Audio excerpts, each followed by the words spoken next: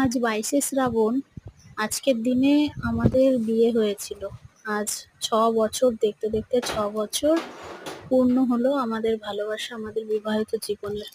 কিন্তু একটা জিনিস ভেবে দুঃখ লাগে কি যে আমার আজকে ভালোবাসার মানুষটা আজকে আমার কাছে নেই। কাজের সূত্রে সে বাইরে আছে।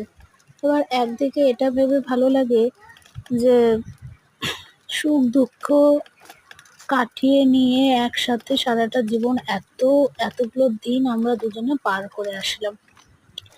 যাক, আর কি করা যাবে বলো? সংসার মানেই তো সুখ দুঃখ হাসি কান্না সমস্ত কিছু নিয়ে ঘিরে। তো সবটাকেই অতিক্রম করতে হবে আর সবকিছুকেই নিয়ে বাঁচতে হবে, তাই না? তো যাই হোক, কি করব, মন খারাপ করে তো আর কোনো লাভ নেই।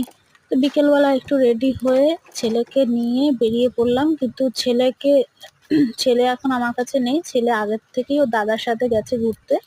তো আমি সেখানেই যাচ্ছি, ওকে আনতে যাচ্ছি। দেখো এই রাস্তা দিয়ে যাচ্ছে, কি সুন্দর রাস্তাটা, তাই না? মাঠের মধ্যে দিয়ে এরা কোথায় গেছে আমি খুঁজেই পাচ্ছি না যে কোথায় গেছে। তারপরে সে দেখতে দেখতে দেখে একদম সামনে গিয়ে ওরা খেলা করছে, দেখতে পাচ্ছ? ওই দূরে দেখো, ওই দূরে গিয়ে খেলা করছে। আমাকে দূর থেকে আমাকে দেখতে পেয়ে মা মা করে আমাকে ডেকে যাচ্ছে। যাক, ছোট বাচ্চা, ওর মুখে মা ডাক শুনলে আমি সমস্ত দুঃখই ভুলে যাই। এই দেখো ছোট্ট ছোট্ট করে হেঁটে হেঁটে আসছে।